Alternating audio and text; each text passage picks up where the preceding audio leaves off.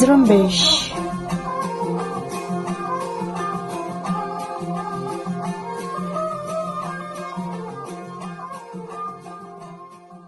یہ ریڈیو زرمبش اردو کی آواز ہے۔ آج فروری کی 7 تاریخ اتوار کا دن اور سال 2021 ہے، اور میں ہوں آپ کی میزبان سارن بلوچ۔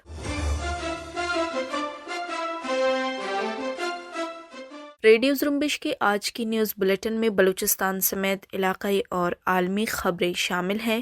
سب سے پہلے پیش خدمت ہے بلوچستان سے متعلق خبریں۔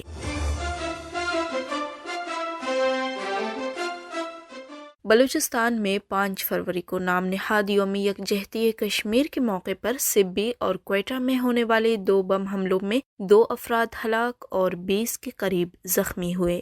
ریڈیو زرمبش کو ملنے والی اطلاعات کے مطابق سبی میں دھماکہ لونی روڈ پر چنگی کے قریب ہوا۔ دھماکے میں 16 افراد زخمی ہوئے۔ پولیس کے مطابق دھماکہ خیز مواد ایک موٹر سائیکل پر نصب کیا گیا تھا۔ دوسری دھماکہ کوئٹہ میں اسکمب روڈ پر کشمیر ڈے ریلی پر ہوا۔ دھماکے کے نتیجے میں متعدد گاڑیوں کو نقصان پہنچا۔ دھماکے میں 4 افراد زخمی اور 2 ہلاک ہو گئے۔ کوئٹہ ریلی نیشنل پارٹی کے سابق کٹھ پتلی رکن قومی اسمبلی پاکستان سردار کمال خان بنگلزئی کی قیادت میں نکالا گیا تھا۔ دونوں دھماکوں کے مقدمات پولیس کی مدعیت میں درج کیے گئے ہیں، جن میں مختلف دفعات شامل کیے گئے ہیں۔ سبی اور کوئٹہ حملوں کی ذمہ داری مسلح بلوچ تنظیموں بلوچ لبریشن آرمی اور بلوچ ریپبلکن آرمی نے قبول کی۔ کوئٹہ بم حملے کی ذمہ داری بلوچ لبریشن آرمی کے ترجمان جینت بلوچ نے قبول کرتے ہوئے کہا کہ BLA کے سرمچاروں نے عام راہگیروں کو محفوظ رکھنے کے لیے حکمت عملی کے تحت نام نہاد کشمیر ریلی کے مرکزی ٹرک پر جدید مقناطیسی بم نصب کی تھی۔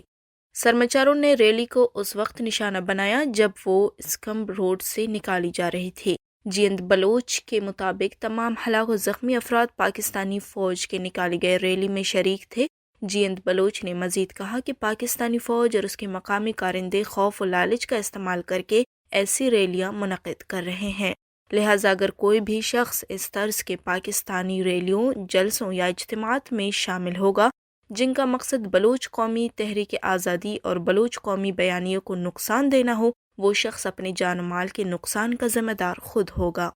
دوسری طرف سبی حملے کی ذمہ داری بلوچ ریپبلکن آرمی کے ترجمان بیبکر بلوچ نے قبول کرتے ہوئے کہا کہ ان کے سرمچاروں نے سبی میں چاکر خان روڈ پر پاکستانی انٹیلیجنس اداروں کے زیر اہتمام ہونے والے نام نہاد کشمیر ریلی کو دستی بم سے نشانہ بنا کر 16 سے زائد ریاستی اہلکاروں اور پولیس اہلکاروں کو شدید زخمی کر دیا۔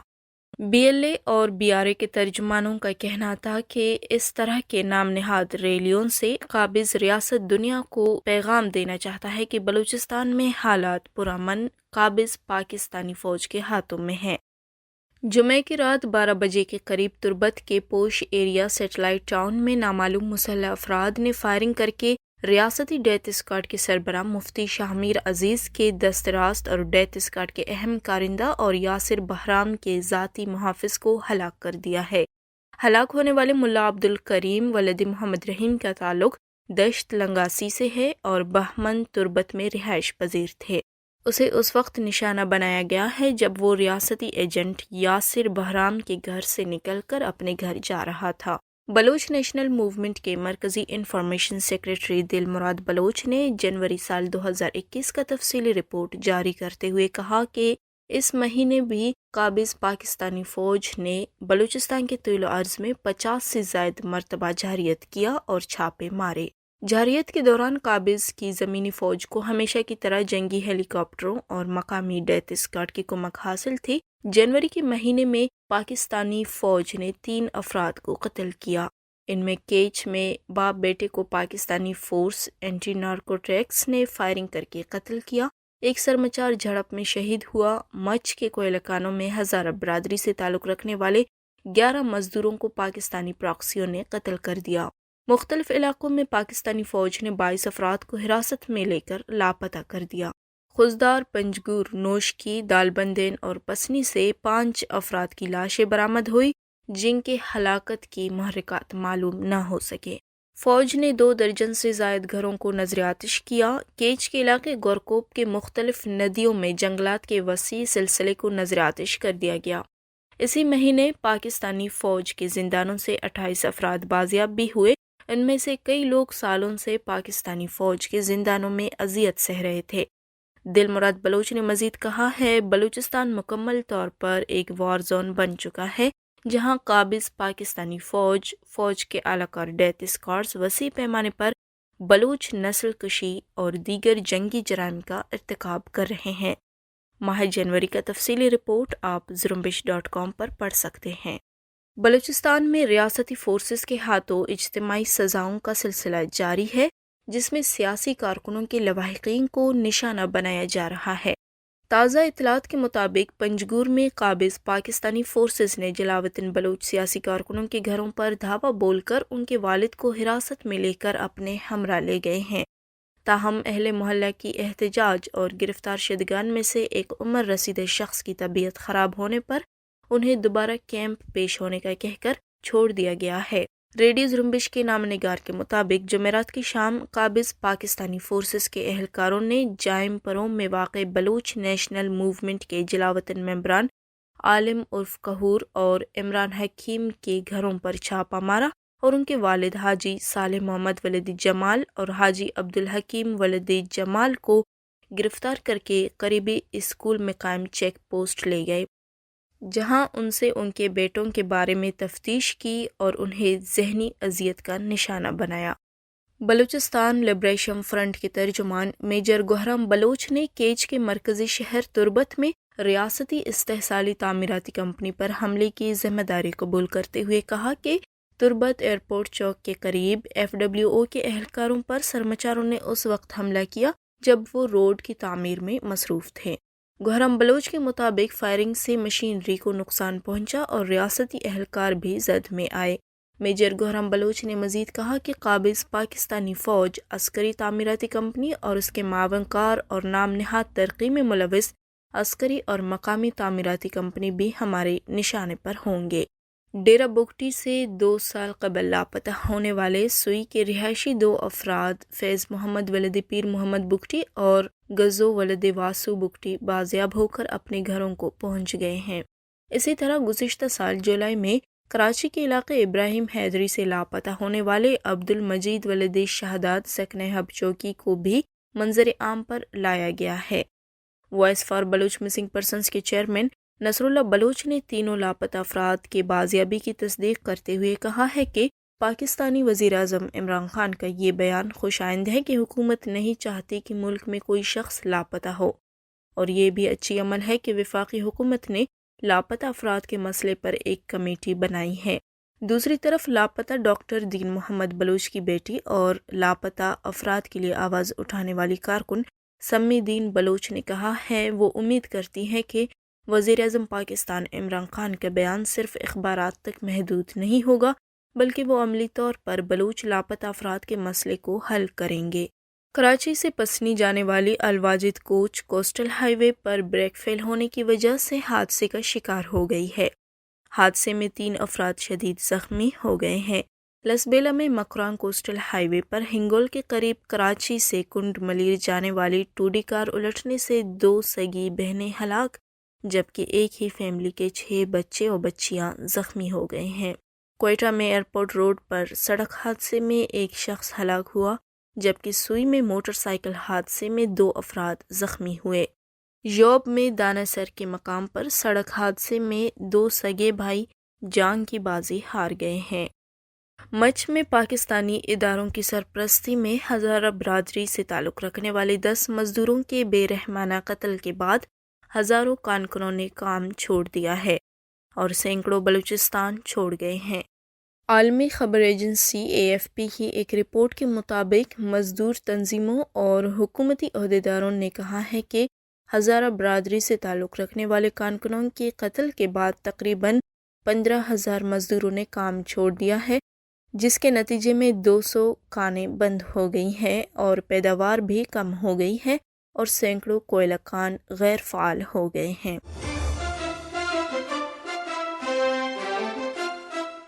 اور اب علاقائی اور عالمی خبریں سنیے خلیل واڈیلا سے۔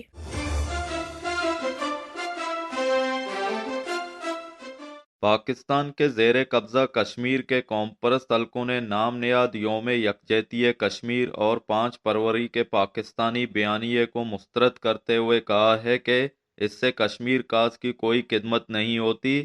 پاکستان کے زیر قبضہ کشمیر میں خود مختاری کی عوامی جماعت پیپلز نیشنل پارٹی کے چیئرمین ذوالفقار احمد راجہ کا کہنا تھا کہ اگر اسلام آباد کو حقیقی معنوں میں کشمیریوں سے یکجہتی دکھانی ہے تو وہ اپنی فوجیں پاکستان کے زیر انتظام کشمیر سے نکالیں۔ پاکستان میں سرکاری سطح پر یوم یکجہتی کشمیر منائے جانے پر انہوں نے کہا کہ یہ دن منا کر پاکستان اپنے اندرونی مسائل سے توجہ ہٹاتا ہے اور ساتھ ہی اپنے الحاق کے بیانیے کو فروغ دیتا ہے جس کا ہم سے کوئی تعلق نہیں۔ کشمیری نہ پاکستان کی بالادستی چاہتے ہیں اور نہ بھارت کی، ان کا ادب آزادی ہے اور وہ اپنی خود مختاری پر سودا نہیں کریں گے۔ پاکستان کا کشمیر پر نقطہ نظر منافقانہ ہے۔ کیا تماشا ہے کہ ایک طرف بلوچستان میں لاشوں کو دفنانے کی اجازت نہیں اور دوسری طرف کشمیریوں سے اظہار یکجہتی منائی جا رہی ہے۔ جرمن نشریاتی ادارے DW سے بات کرتے ہوئے انہوں نے مزید کہا کہ اس طرح کے دن منا کر پاکستان نے دائیں بازو کی جماعتوں اور جہادی تنظیموں کی حوصلہ افزائی کی ہے۔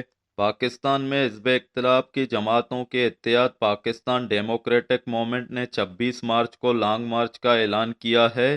جمعرات کو 5 گھنٹوں کی طویل اجلاس کے بعد PDM نے حکومت کی طرف سے اوپن بیلٹ سے متعلق بل کی مخالفت کا بھی فیصلہ کیا ہے۔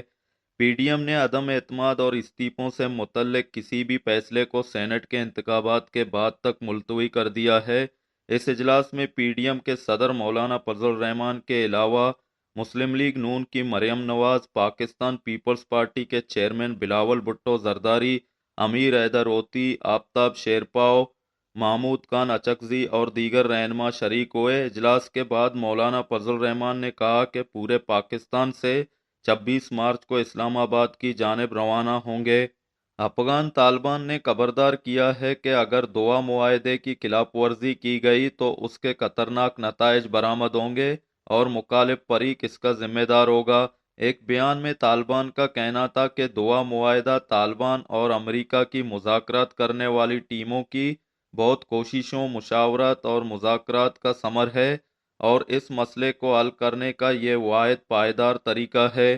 اگر دوا معاہدہ ختم کیا گیا تو یہ بڑی جنگ کا باعث ہوگا اور اس کی ذمہ داری امریکہ پر عائد ہوگی۔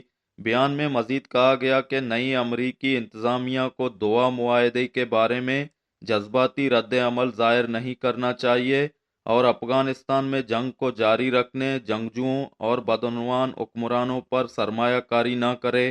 امریکہ نے چین میں کنسنٹریشن کیمپوں میں ایغور اور دیگر مسلمان عورتوں کے ساتھ منظم جنسی زیادتی اور جنسی استحصال کی خبروں پر انتہائی تشویش کا اظہار کیا ہے۔ اس حوالے سے امریکی محکمہ خارجہ نے کہا ہے کہ چین کے سنکیانگ صوبے میں تربیتی کیمپوں میں نسلی ایغور اور دیگر مسلم اقلیتوں کے خلاف ہونے والی زیادتیوں کے سنگین مضمرات ہوں گے۔ واضح رہے، ایک برطانوی نشریاتی ادارے نے اپنی ایک رپورٹ میں کہا تھا کہ چین میں ایغور افراد کے لیے بنائے گئے تربیتی کیمپوں میں خواتین کے ساتھ منظم انداز میں ریپ کیا جاتا ہے، انہیں جنسی طور پر ہراساں کیا جاتا ہے اور ان پر تشدد کیا جاتا ہے۔ اقوام متحدہ نے کہا ہے کہ کورونا وائرس کی عالمی وبا کی وجہ سے تنازعات کے شکار علاقوں بشمول افغانستان، شام اور عراق میں شدت پسند گروہوں داعش اور القاعدہ کا خطرہ بڑھ گیا ہے، جبکہ متحد عملوں کے باوجود یہ خطرہ یورپ میں نسبتاً کم ہے۔ شدت پسند گروہوں کی سرگرمیوں میں اضافے کے حوالے سے خدشات کا انکشاف رواں ہفتے جمعرات کو اقوام متحدہ کی سلامتی کونسل کے ماہرین کی طرف سے جاری کی جانے والی ایک رپورٹ میں کیا گیا ہے۔ سلامتی کونسل کی رپورٹ میں ماہرین کا کہنا ہے کہ 2020 کے آخری 6 ماہ کے دوران تنازعات کے شکار علاقوں میں شدت پسند گروہوں کے خطرات میں اضافہ ہوا ہے۔ میانمار میں فوج کے اقتدار پر قبضہ کرنے کے خلاف مزاحمت شدت اختیار کرتی جا رہی ہے، جہاں جمعے کے روز رنگون میں سینکڑوں مظاہرین نے اقتدار پر فوج کے قبضے کے خلاف احتجاج کیا۔ پیر کے روز فوج کی بغاوت کے بعد سے یہ میانمار میں ہونے والا سب سے بڑا عوامی مظاہرہ ہے۔ اس احتجاج میں یونیورسٹی آف رنگون اور شہر کے سرگرم کارکنوں نے حصہ لیا اور فوج سے مطالبہ کیا کہ وہ اقتدار عوام کے منتخب نمائندوں کو سونپ کر واپس چلے جائیں۔ دوسری جانب فوجی عہدیدار پکڑ دکڑ کی اپنی کارروائیوں میں بھی اضافہ کر رہے ہیں۔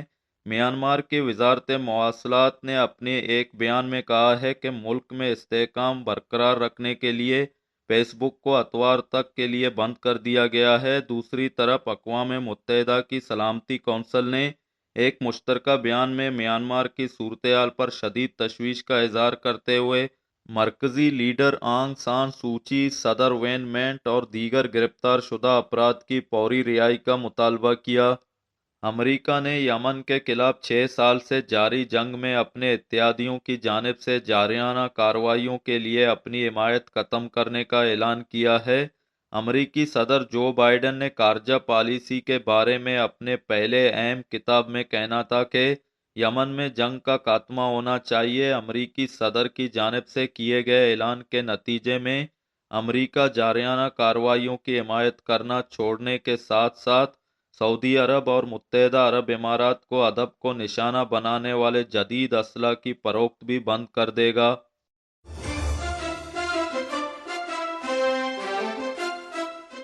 اسی کے ساتھ ہی آج کے نیوز بلیٹن کا اختتام ہوتا ہے۔ اپنی میزبان سارن بلوچ کو اجازت دیجیے اور مزید خبروں کے لیے وزٹ کرتے رہیے ہماری ویب سائٹ زرمبش.com۔